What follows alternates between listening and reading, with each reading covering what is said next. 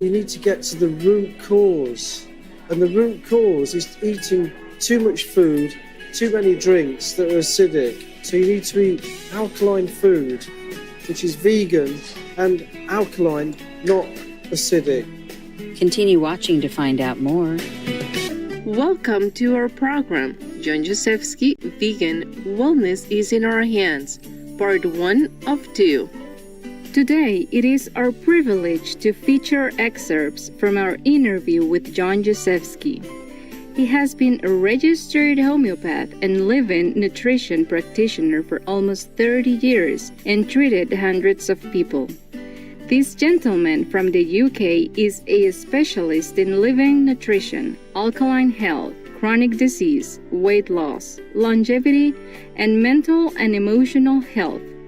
Additionally, he is an inspiring health coach and the founder and principal of the College of Living Nutrition that offers accredited nutrition courses in London and Birmingham for those interested in training to become a professional nutrition therapist.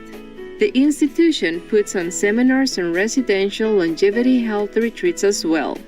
In our two-part series, Mr. Jezewski covers smart dietary choices we can make to promote our wellness. My name is John Jezewski. My original work, if you like, which I carry on now, is as a practitioner. So I see a lot of patients, a lot of clients, and I'm happy to take their case, work out what the root cause is, and then help them get well. That's my job. But then, after doing that for many, many years, I realised that there's a lot of information that I've gathered which is not really known about root cause. So at that point, I thought we need a college to train other people to understand what the true nature of disease is and problems that are with health for people. Mr. Jezewski is a proponent of the alkaline vegan diet. This lifestyle features a high intake of fruits, vegetables, and other healthy plant foods while restricting processed junk foods. Advocates of this way of eating say this particular diet helps maintain wellness and repels serious diseases. When things burn and ash residue is left behind, similarly after your system processes them for energy, the foods that you eat leave an ash residue known as metabolic waste. If you eat foods that leave an acidic ash like meat, your body becomes more acidic, and by eating foods that leave an alkaline ash, such as green leafy vegetables, your system becomes more alkaline. Our blood tends typically to be on the slightly alkaline side with a pH between 7.35 and 7.45. Therefore, by choosing more alkaline foods, it means that you may be able to alkalize your body to achieve or maintain the ideal pH level. Followers of the diet say that consuming alkaline-rich vegan foods lowers the chance of kidney stone formation and osteoporosis. Furthermore, they say such nourishment strengthens muscles, betters heart health and brain function, lessens low back pain, and reduces one's risk for type 2 diabetes. I looked at one of the best-selling drugs in the world, billions of pounds, is Nexium. And that's just one of many, many antacid drugs that you can buy over the counter. You can get some drugs on prescription, some are over the counter.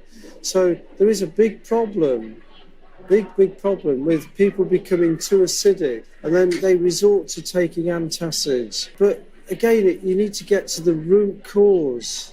And the root cause is eating too much food, too many drinks that are acidic. If you're drinking cola, you're drinking coffee, you're drinking tea, you're eating chips, deep fried chips, all of this is adding to the acidity problem. And it's a big problem. So you need to eat alkaline food, which is vegan and alkaline, not acidic. When I was in my 40s, I realised that when I switched to a vegan diet, that wasn't enough. I switched to an alkaline vegan diet.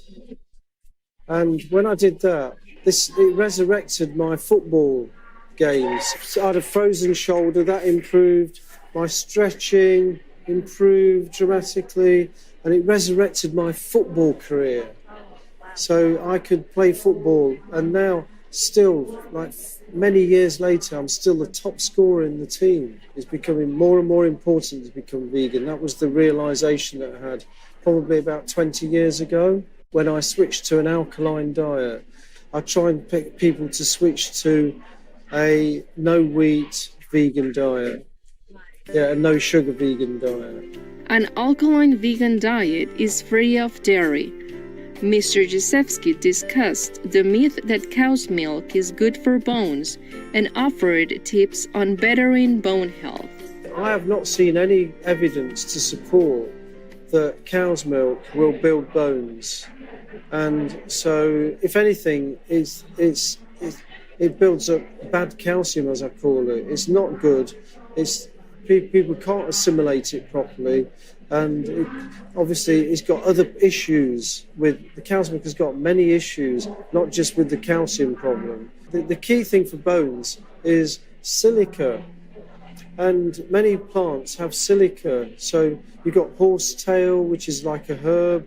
You've got nettles. You've got hemp leaf. So every day I'm drinking hemp leaf tea. I have nettle juicers.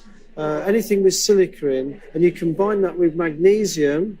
So I put magnesium oil on my skin every day after I've had a shower. Combine that, and then vitamin D3 with the sunshine. I make sure I get a lot of sunshine. I cycle and get my skin exposed to sun every day. It's important to go out and get the sunshine.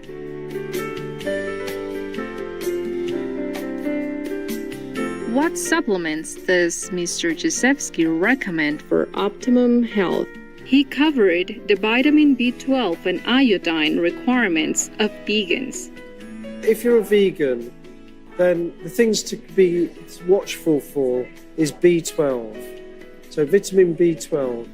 I just take a supplement just to be on the safe side.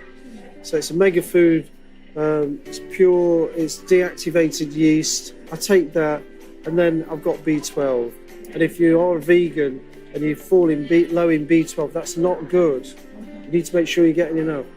According to the Vegan Society, the highly respected UK-based vegan advocacy organization founded in 1944, the only reliable vegan sources of B12 are foods fortified with B12, including some plant milks, soy products, and breakfast cereals, and B12 supplements.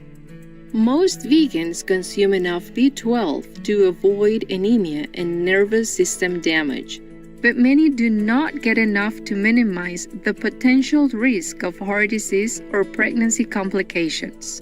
The Vegan Society says to maintain a healthy plant-based diet, vegans have 3 options.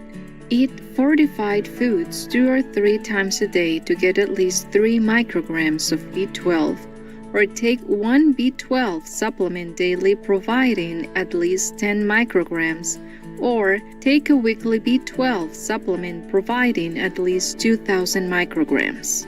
The Vegan Society also says that the optimum level of iodine for adults in the UK to consume daily is 140 micrograms. The organization states there is no easy way of knowing how much iodine is in plant foods. Plant foods, apart from seaweed, may contain a low amount of iodine. The amount of iodine in a plant food varies depending on how much is in the soil the plant is grown in. The thyroid will either become overactive or underactive if you don't have the right nutrition. And certainly if it's underactive, there is a possibility you haven't got enough iodine. And so you definitely need to take a supplement with iodine, or make sure that you eat a lot of seaweed. In Japan, for example, you eat a lot of seaweed. It's not a problem. You can be vegan and eat lots of seaweed.